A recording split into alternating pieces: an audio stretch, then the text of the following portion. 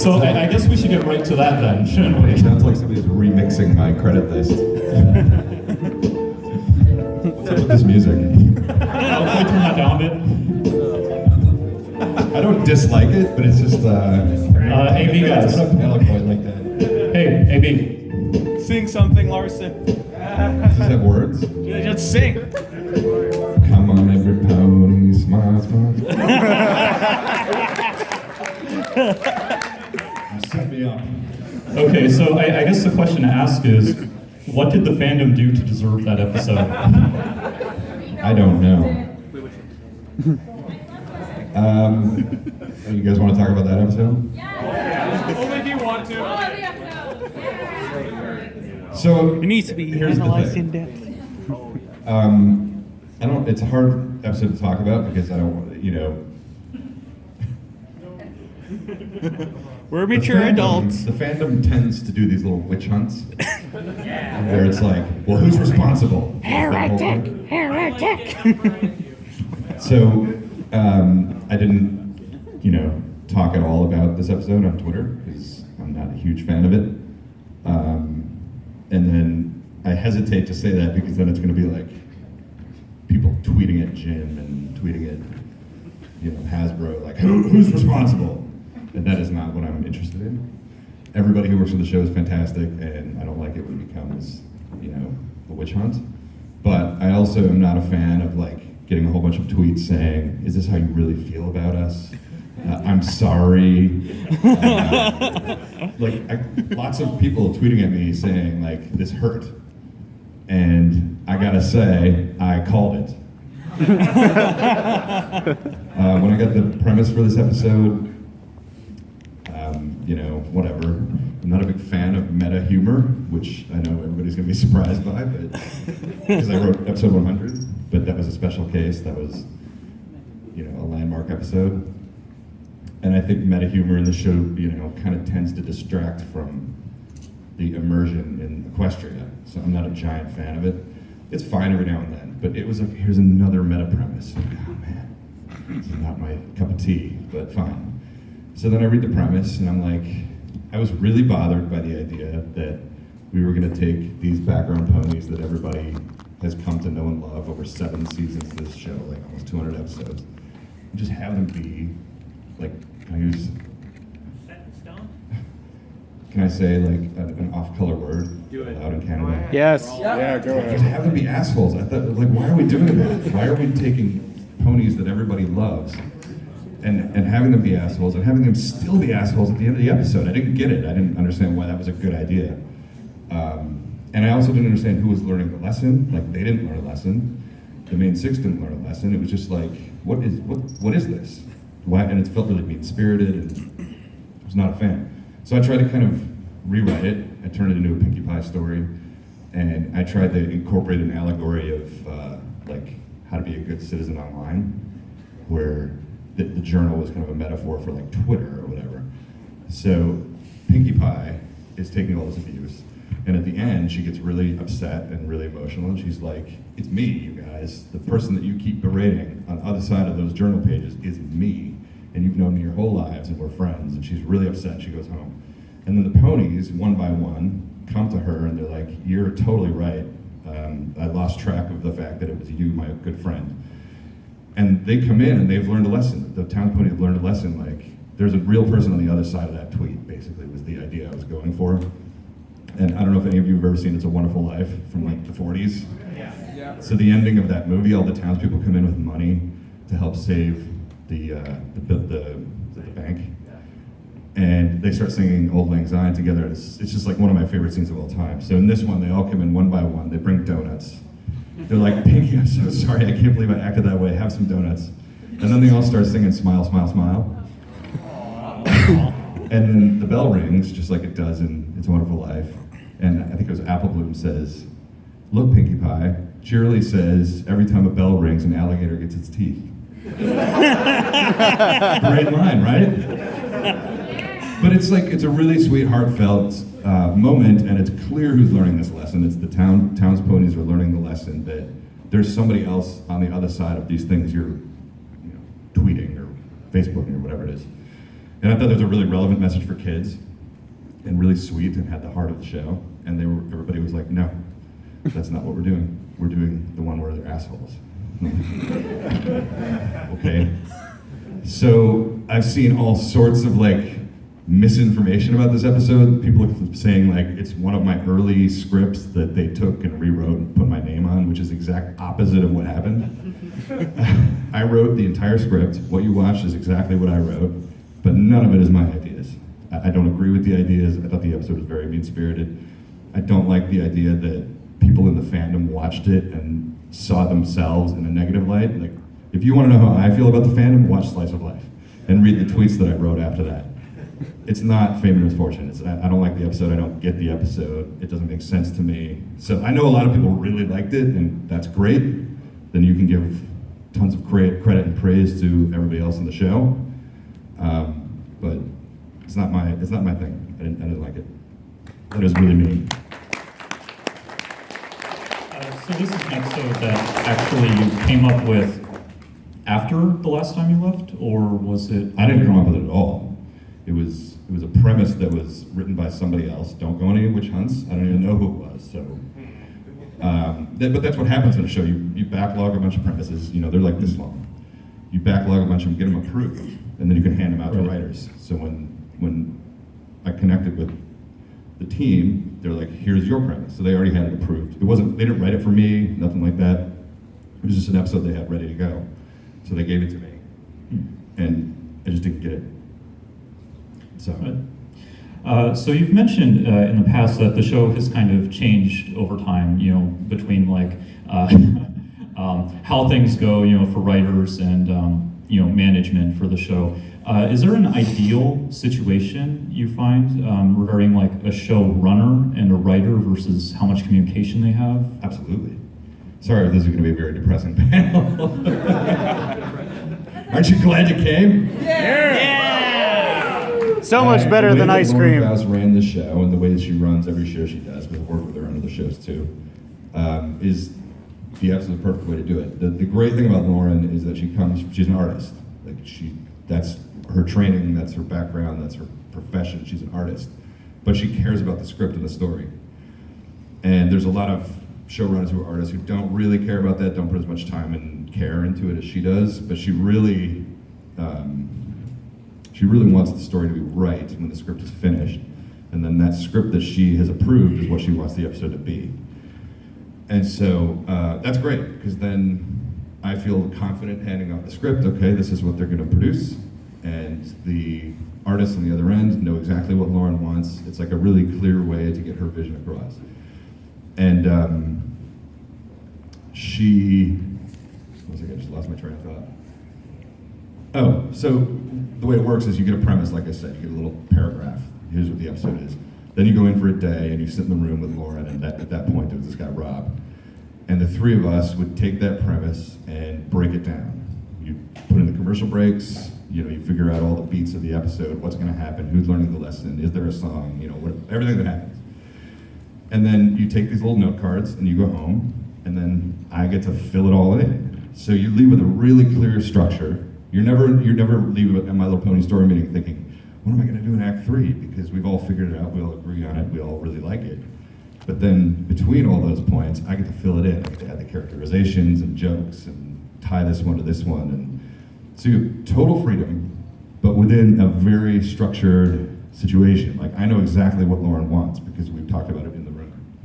So it's weird. It's like you're kind of tied to the structure, but you also have total freedom within that. It's awesome. It's great. Her and her husband runs it the same way. They run, in my opinion, that's the way to do it.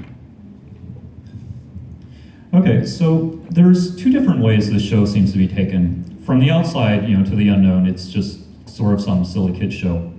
But to the fans, they often want it to be like really straight, canon, everything's consistent, the whole bit. So what do you think is like the sweet spot, or like what do you think is a good episode that represents kind of a mix of like not taking it too seriously, but still kind of keeping it like a solid animated show? That's a great question. That's a really good question. I've never thought of that before. Return of Harmony is probably like the classic example because it's very fun, but it also hugely expands the lore that Lauren created for the show. So that's probably like the quintessential example that I can think of that does it well, that mixes just entertainment with that kind of deeper lore kind of thing. Let me go back to Famed and Fortune for 1 minute because, you know, there was people like, oh, Larson must get so sick of people overanalyzing this and over that. It's like, no, not at all. I love that. I think it's fantastic. I think it's great that there's so many opinions and there's so many people who care so much about this and that and this and that. I love it. And it pisses me off that people are like saying that I have a problem with it and I put it in the show to like tell the fandom to back off because that's like the opposite of what I would do. So sorry, I'm back on that again. But It's cool. I just feel like I'm supposed to sit there and like let everybody think I wrote this episode and this is how I feel, and it's like it's not. So, anyways, sorry. I'm not talking about it anymore. Well, I guess I'll try and skip out on those questions. I'm joking. Go ahead. Whatever you want. No, I mean, you comment that you apparently don't mind, but do you think there are like misconceptions the way that people examine, you know, the writing of the show? No question. It's great. Some of those things that I see every now and then, I'm like, wow, you have no idea how this works. Matter of fact, if any of you have ever been on any kind of forum and said the writers, then you don't understand how this works because we don't work together. You know, the writer of Name a Random Episode is the writer. I had nothing to do with that episode. None of the other writers had anything to do with that episode. So the idea of like the writers doing this and the writers doing that, it doesn't exist on the show. And yeah, I've been credited and blamed for things that happen in other people's episodes that I haven't even seen. I think the biggest misconception is people think that we have like a writer's room where we all get together, we all work on every episode together, and that's just not the case at all. You know, I actually think it's great how you seem to take most of the blame for Magical Mystery Cure, whereas Daniel gets most of the credit. That's very good. Where is he, by the way? Tomorrow, Bill we'll bring Walt's that in here up. tomorrow and get his applause, and then he'll leave. So I guess I should touch on this. You have another book out, like I do. this week. Came out on Tuesday. Yay! Dave Colby's here. Thanks. So for those unknowing, do you want to summarize your trilogy? Sure. So I'll tell you because it does have animation connection. Back in 2006, when I was first starting out doing this, I was pitching my own shows around. I pitched a show to Disney Channel called Princess Boot Camp, and it was like this hardcore military-style boot camp where girls trained to be princesses. And there was it was hardcore. There's a fairy drill sergeant who's this big, and she would scream at them. And That sounds Hey, amazing. listen. so it was going to be a I'd watch cartoon, and we developed it for a while. And Demi Lovato was going to play the lead. We auditioned before she was Demi Lovato. She auditioned for this, and she was great. We did a whole storyboard for the pilot. We got up to that point, and then they killed the whole department. The only thing that survived was fishhooks, and the fishhooks was already being animated, so that was so far along that it was going. So I got all the rights back, and a friend of mine said you should do it as a book series, and I'd never thought of doing that. But I did a lot of like research into Grimm's fairy tales, and I decided to make my story older and more serious. So it's still a princess boot camp, but it's much more like Grimm's fairy tales. It's kind of dark. There's really scary witches, which they're training to battle. And this book is the last one. It's a 3-part series. This is the last book in the series. And hopefully, if you read it, you'll be surprised by something in the first chapter. I hope. Because there was a very standard way to do these books, and I think I subverted that somewhat in the third one, hopefully. So the age range is maybe like 10 or so years above the show. Yeah. It So says- like it people says in their 10. 30s. Yeah, exactly. the target age is like you guys. It says on the book 10 and up, but you know, if you like fantasy or fairy tales in particular, it's got a lot of fairy tale. Grimm's fairy tale is like very important to the book series. So if you like that kind of stuff, you know, you might like it. I gotta check that out. Great. I've actually been So given that you did have an episode recently, do you think there's a chance we'll see any more? No. They asked me to come back for season, whatever it is, 9, whatever they're on. They announced 8. And I'm like, that's 8 seasons. Can I have a raise? And they were like, nope. So I said, see ya. You work on something for 7 seasons and you don't get a single penny raise in those 18 episodes, and then you're like, well, I'll just go do something else. I love this show. I can't tell you how much I love this show. I adore this show. I would work on the show again in a heartbeat if things were different.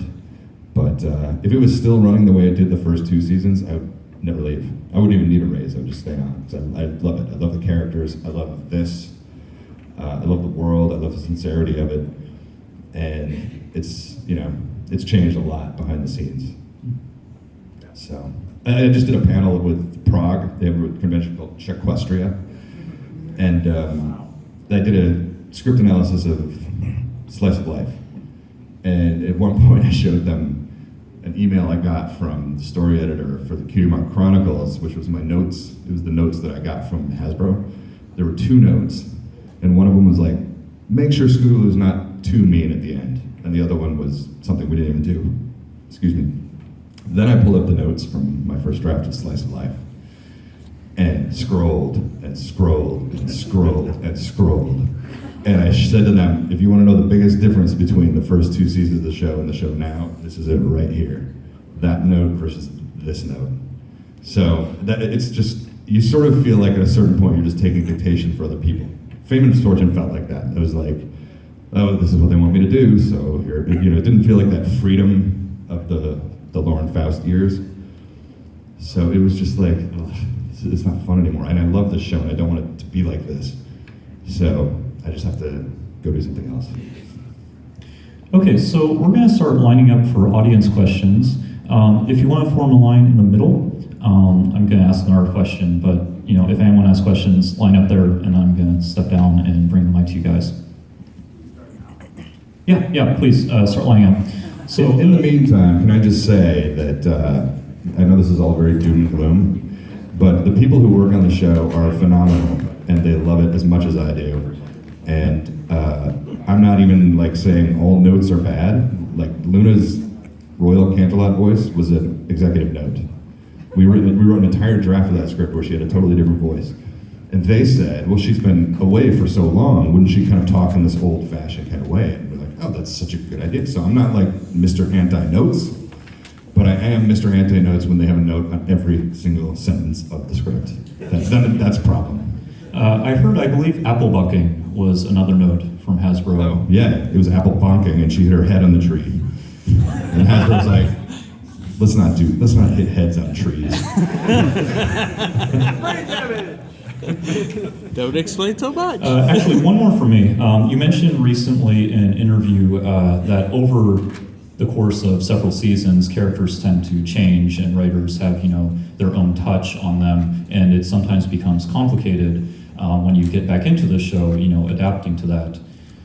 So do you have any more comments regarding that? I have lots of comments regarding that. Go ahead. It's, like I said, it's very segmented. You write, even if you're in the rotation, you write an episode, then you don't write the next 5 episodes. Then you write an episode, then you don't write the next 5 episodes. So we're not all privy to what's happening. And if I was assigned a Luna episode now, I wouldn't have the first clue how to write her, because I only know how to write her that way. The really formal, over the top, just got released from prison Luna. So I don't know, I wouldn't know how to write her now. I don't know what she sounds like. Discord is another one that's kind of disappointing to me. When I first wrote him, he was so fun and funny and charming, but if you think about what he was doing, it was so messed up. All he wanted to do was screw with Twilight to the point where she lost all her friends and all her hope. Like, that's pretty dark. But it was funny, and he's charming, and he's a great character, and their interplay was great, and then now he's reformed, and on the episode where he goes to the gala with Tree Huggers there, we had a lot of back and forth on that, because I wanted him to go dark at the end. I wanted that, yes, he's reformed, but he's still got it in him. And he's so upset, and he thinks he's losing Fluttershy, and he lets it out. And I had the ending of it, like the Hitchcock movie Vertigo, where Fluttershy is chasing Discord up the bell tower. He's got Tree Hugger. He's going to throw her into another dimension, kill her. And Fluttershy's like, no, it's really dramatic. And this comes after a super silly episode. Everything's really silly, the smooths, all that nonsense. And then at the end, it goes really dark because he is panicked and he thinks he's losing his friend. And she talks him down and she's like, it's possible for me to have more than one friend. And he like understands. But you see the portal and it's like hell, basically, that he's gonna throw a tree hugger into.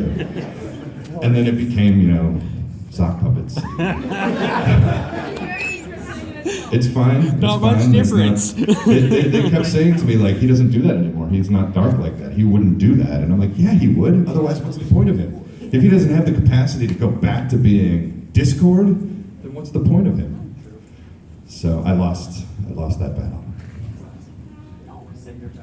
So I just wanted to let you know, just because I didn't get a chance to after the new ep came out, because I saw it and immediately looked at it and went, this doesn't really feel like the sort of thing Larson would do, because I've heard you talk about how you feel about the fandom and just felt this doesn't seem like Larson at all. So I just wanted to say that really happy with all the episodes you've done, and even the one where you had to do it that you really didn't agree with it, you still did a good job for what it was, especially with the song, because I'm assuming you wrote the song, right?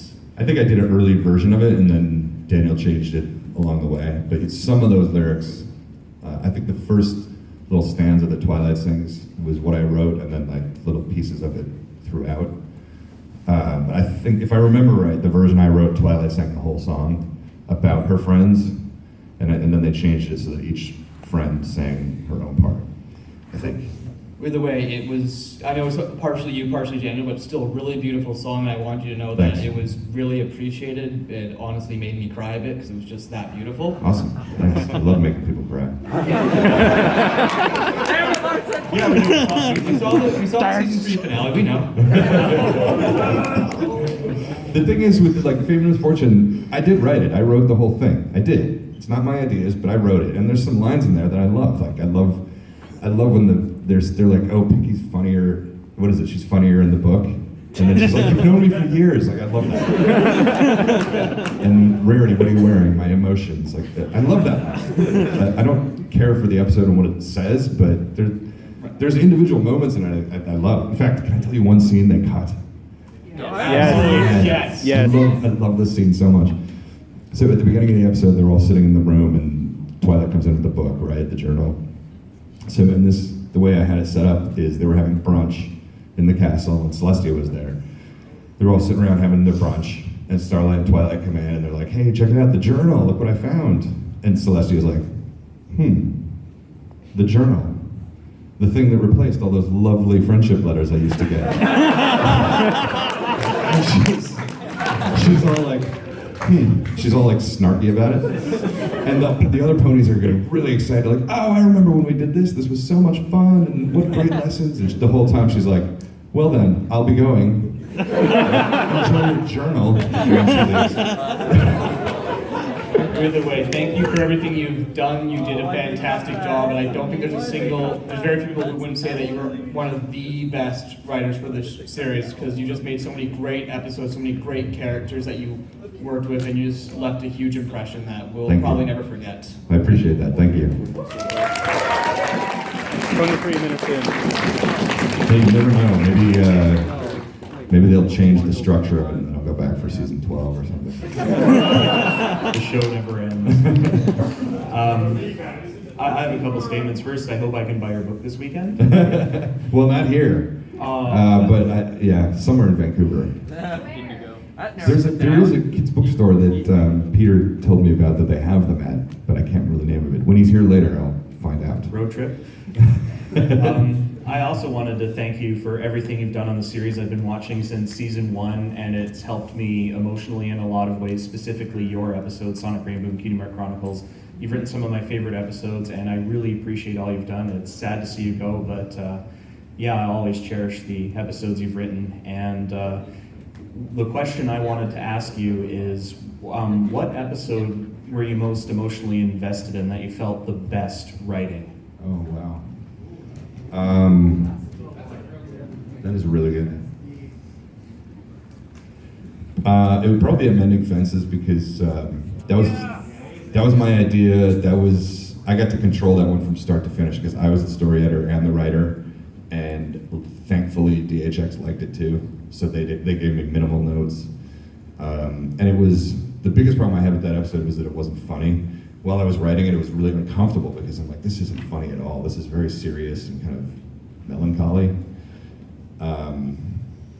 But then, you know, when I finished it and I read through it, I was like, but it's really sweet. It's really kind of, it's got a nice heart. So it didn't bother me so much that it wasn't funny. But I thought that one came together really nicely, emotionally speaking. So. Well, thank you very much, and I can probably speak for all of us in saying I love the episode too. So thanks. Thank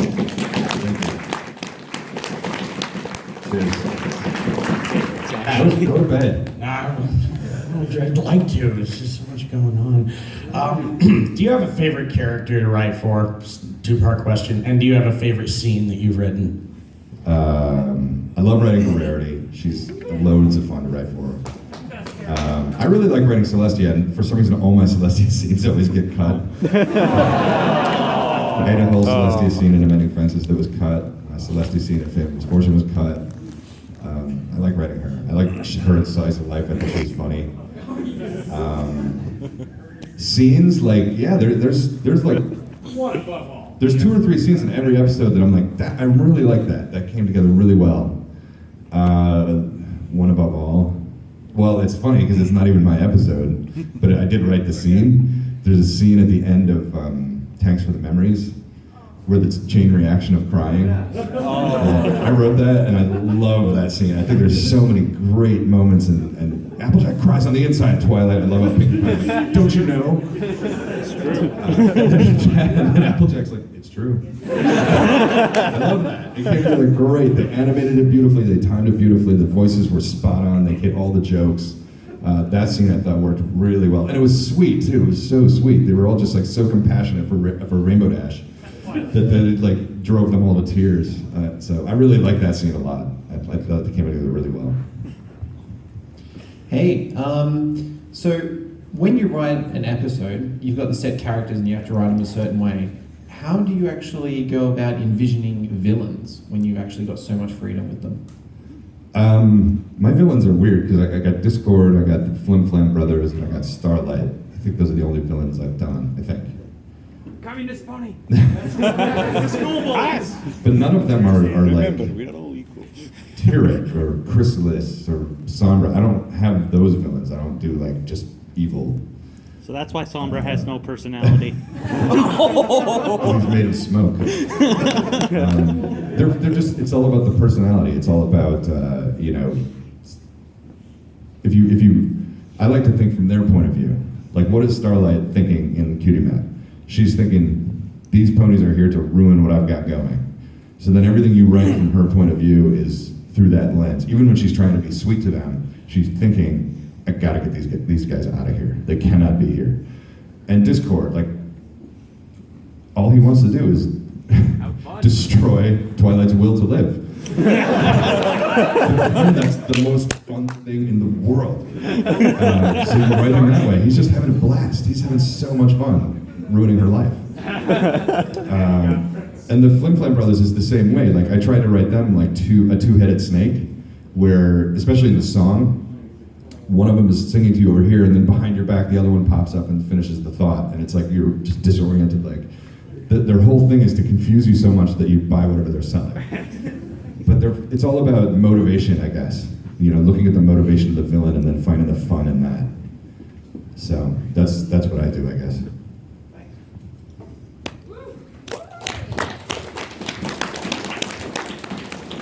Hello, I'm curious about the creative process of Slice of Life. And I was just wondering what sort of resources or external sort of information sources you might have consulted to form the episode. What are you implying? That I didn't do my own research? where your research led you. Well, okay, so the thing with that episode is, this is another one that I thought was a terrible idea. They said to me, you're writing the background pony episode. I'm like, what background characters? They're designs. Like, to you guys, they have lives and personalities, and to a Lyra doesn't exist to me. She's background pony number 2. But you guys have created this entire universe. So I always kept saying to Hasbro, this is a terrible idea. They have developed a whole universe inside this show that we don't know anything about. And I don't want to be the guy who comes in and stomps all over it and says, you were wrong, this is who Lyra is. And so I was really like, this is not a good idea. But they were like, we are doing this, so shut up and do it. And it was hard. I was like, I don't know how to do this. I don't know how to do this without just making all you guys really mad. And then I'll never forget, I was in my office on a Saturday afternoon, and I was like, what am I going to do? And it just clicked that this is a special episode, this is the 100th episode. I can just do a Brony episode. I don't have to worry about the target audience, or this episode is for the fan base. And then I was like, oh, now I get it. It's just going to be batshit insane.